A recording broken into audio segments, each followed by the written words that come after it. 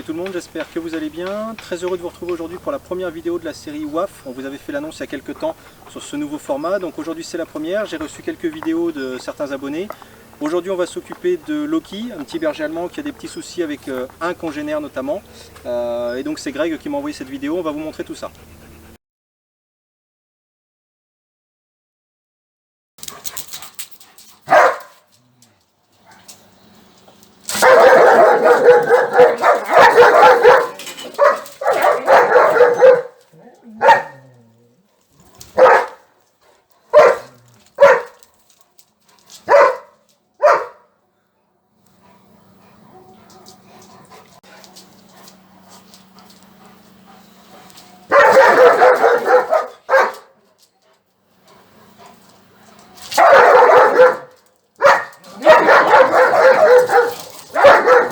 Donc deux petites vidéos, vous l'avez vu, de Loki, le berger allemand qui rend visite à la famille et qui, entre guillemets, agresse un autre chien. Donc ça c'est ce qu'on m'a dit quand Greg m'a envoyé le message. Lui pense que son chien agresse sans raison ce chien-là et pas les autres, et seulement en présence de son maître. Donc je vous laisse juge justement des images. Dites-moi en commentaire, car je vous rappelle un petit peu le principe. Moi je vais donner mon avis, donner quelques solutions, mais l'espace est fait pour que dans les commentaires vous puissiez vous apporter votre analyse. Si vous avez déjà eu ce genre de cas, et bien dire un petit peu comment vous avez résolu le problème. C'est fait pour ça. Par contre, je répète encore une fois, tout ce qui est commentaire insultant ou qui part et qui n'est pas constructif, ça je le supprimerai, je ferai un peu le modérateur de cette section. Donc sur ce que j'ai vu, Greg pensait que c'était un souci d'agressivité de son chien envers ce jeune loulou. Sur les vidéos, moi je vois quoi, 2 fois 15 secondes, donc je ne vais pas me permettre de faire un jugement et très précis, et peut-être que je vais me tromper. Simplement je pense que la raison est tout autre. En fait, si vous regardez les images, c'est surtout le chien qui est peureux et craintif. D'ailleurs, Greg me le disait dans son message que c'était un chien très craintif, et on le voit. En fait, c'est lui qui, la queue entre les jambes, va un petit peu grogner sur l'autre chien par réaction de peur. Et l'autre chien grogne en réponse, mais en fait c'est de la communication. Grogner pour un chien, c'est pas forcément négatif, c'est juste du dialogue. Et quand il lui grogne dessus, vous voyez le mouvement, il se tourne à chaque fois, il l'invite au jeu en mettant son arrière-train en premier. Donc c'est justement le premier niveau d'analyse, c'est qu'en fait vous devez cibler la cause de votre souci, et c'est pas évident quand on a le nez un petit peu dedans. Il faut prendre du recul, alors soit en se faisant aider, soit soi-même en filmant, pourquoi pas, hein. Moi je le fais sous format la YouTube, mais vous pouvez le faire à titre personnel. Et en fait vous pouvez voir des causes complètement différentes, et si vous n'avez pas la bonne cause, vous n'aurez pas la bonne solution. Donc c'est important de bien cibler le problème. Donc là je vous ai donné moi ma vision des choses, ça peut être une version erronée hein, de ce qui se passe réellement. Encore une fois c'est pas évident en vidéo. Maintenant que j'ai cette cause identifiée, en tout cas selon moi, on va pouvoir proposer des solutions. Alors comme je ne suis pas sûr réellement de la cause comme étant clairement identifiée, je vais faire quelques petites notions plus ou moins générales en ciblant un petit peu plus sur la cause que j'ai vue moi sur cette vidéo. Donc en gros, quand vous avez déjà de base 2 chiens qui communiquent entre eux, tant qu'il n'y a pas d'attaque complètement disproportionnée, on les laisse communiquer de façon libre. L'idéal, là ça se passe dans un des 2 foyers, du coup le chien, le berger allemand n'est pas chez lui, l'autre chien l'est. L'idéal c'est de les faire se rencontrer dans un endroit neutre, les 2 s'en laissent, et si possible avec des mètres le plus loin possible. Quand les chiens viennent se regrouper dans vos pattes, vous partez, vous ignorez. Vous ne dites pas c'est bien, vous ne dites pas c'est mal, vous les laissez complètement communiquer entre eux. Ensuite, donc, par rapport à ce qu'on vient de voir, eh bien, si c'est le maître la cause, justement, c'est par rapport à ce que je viens de vous expliquer.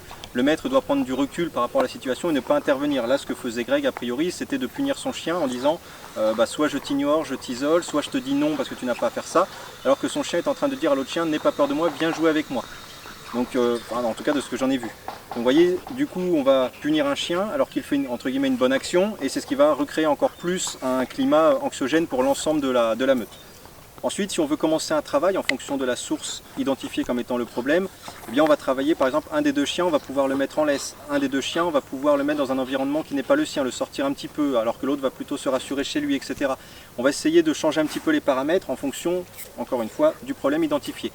Donc là, sur ce qu'on a vu, l'idée c'est que le chien le plus peureux se rassure, donc on peut pourquoi pas tenir l'autre chien en laisse, sans que ça soit tendu hein, évidemment, mais au moins pour qu'il n'aille pas embêter trop l'autre chien, que l'autre vienne plutôt sentir et pas l'inverse. Il y a plein de choses à mettre en place comme ça. On peut les sortir les 2 en balade et les laisser respirer tous les 2 sur un endroit encore une fois neutre. Donc la laisse c'est l'outil le plus cohérent, le plus simple pour travailler ce genre de situation et contrôler un chien. Après on peut les laisser libres et mettre des muselières par exemple, soit aux 2, soit à l'un pour éviter les accidents tout simplement et travailler en toute sécurité. Des petits conseils aussi rapides évidemment, quand vous avez 2 chiens qui se chamaillent un petit peu, on ne va pas leur balancer un jouet entre les 2 parce qu'on ne sait jamais, il peut y avoir un peu l'instinct possession qui rentrent en compte et du coup ça va créer des conflits pour rien. Donc ça rejoint tout ce que j'ai dit depuis tout à l'heure, mais le plus neutre possible en termes d'endroit, en termes de sollicitations, comme des jouets, des friandises, ce genre de choses, on laisse pas grand chose traîner, qu'ils soient le plus l'un avec l'autre sans artifice autour. Voilà, donc en résumé, plutôt un travail à faire au niveau de la socialisation du chien le plus peureux. Le berger allemand est en train plutôt d'inviter au jeu, même s'ils ont du mal à se comprendre et que ça se passe que quand le maître est là, normal, puisque ça crée une interaction supplémentaire. Pour moi, c'est vraiment le premier chien qui est à travailler. On va essayer de lui faire voir d'autres chiens, de le sortir un peu de son contexte, qu'il se rassure au maximum. Et quand il sera un petit peu mieux dans ses pattes, bien, il arrivera mieux à communiquer avec l'autre chien. Donc pour moi, le problème plus ici. Et éviter, évidemment, de punir le berger allemand à tout va, parce que finalement, il ne fait pas grand-chose de mal. Et même si, je vais aller au bout du bout, même si c'était vraiment une bagarre qui commence entre ces deux chiens, vous voyez bien sur les images que la bagarre ne va pas très loin et que ça reste un conflit qu'on va pouvoir laisser gérer entre les chiens. Pour rappel, quand deux chiens se bagarrent un petit peu et montrent les dents, tant qu'il n'y a pas de morsure, évidemment il ne faut pas aller jusque là et il faut connaître un petit peu, mais c'est bien de les laisser un petit peu s'expliquer et régler le conflit. Si on intervient systématiquement, le conflit n'est jamais réglé, vous avez le problème à répétition. Donc c'est pour ça qu'il vaut mieux laisser faire les chiens au maximum. Voilà, donc j'espère que cette première vidéo de la série WAF vous a plu. Encore une fois, c'est un essai, hein. On essaye de vous apporter un maximum de solutions plus ou moins générales, même si là on essaie de régler ce cas concret, mais qui est difficile sur du comportement à distance par vidéo, c'est toujours délicat. Encore une fois, dans la section commentaires, mettez un petit peu vos avis, vous pouvez échanger là-dessus. Greg, qui verra la vidéo, pourra répondre aussi, préciser si voilà, il y a des choses à préciser pour identifier encore un peu plus le problème. N'oubliez pas aussi le principe, moi je resterai en contact avec Greg pour qu'il puisse me renvoyer une vidéo dans quelques temps et me dire si le problème est résolu ou pas, et nous on pourra faire un petit suivi qu'on incrustera dans d'autres vidéos. Ça permettra de suivre l'ensemble des abonnés qui ont contribué à cette rubrique de la communauté WAF. Donc n'hésitez pas, si le format vous a plu, bien à liker, à laisser des commentaires, à partager autour de vous et tout simplement aussi à m'envoyer des vidéos si vous voulez passer sur la chaîne avec votre chien pour qu'on règle des soucis, alors que ce soit comportement, même si c'est un peu plus compliqué, ou simplement des petites choses de dressage ou autre, on pourra répondre avec Prada et vous montrer un petit peu nos solutions. Donc d'ici là, portez-vous bien, on vous dit à bientôt avec Prada pour de nouvelles vidéos. Ciao!